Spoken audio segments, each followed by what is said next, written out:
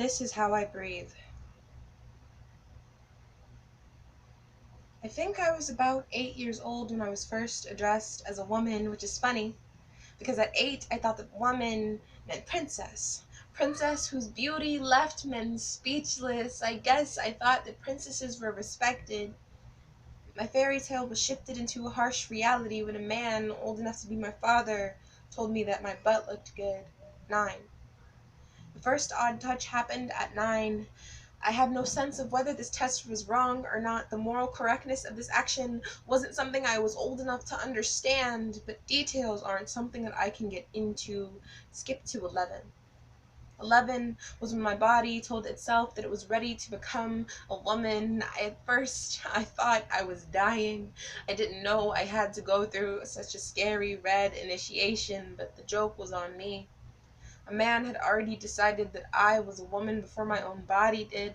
11 was when I began taking catcalls as compliments and convinced myself that their barking was what marked me valid. 11 was the year I was introduced to the consequences of the curves of my body. 12.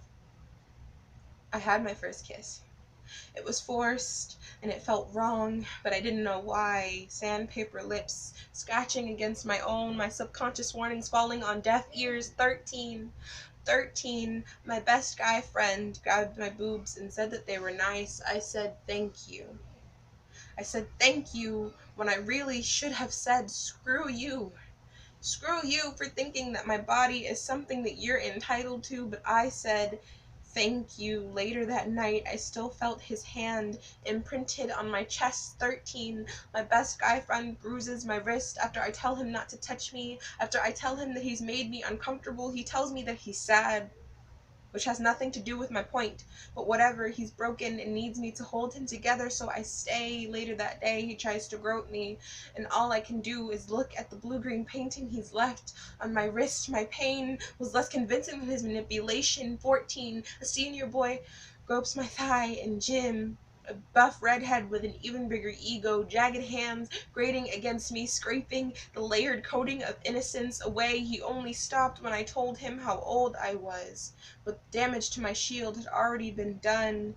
15. Mentally the most draining year, but I've realized that my body is my own. It turns out that other people aren't aware of that fact. My friend still touches me, says that he'll end his life if I cut ties because no one understands him like I do.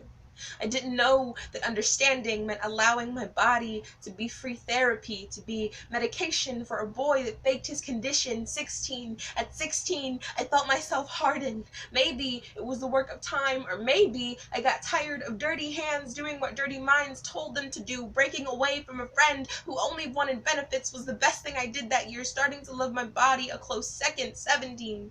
17 is still new to me, but this year I refuse to let myself feel anything but beautiful.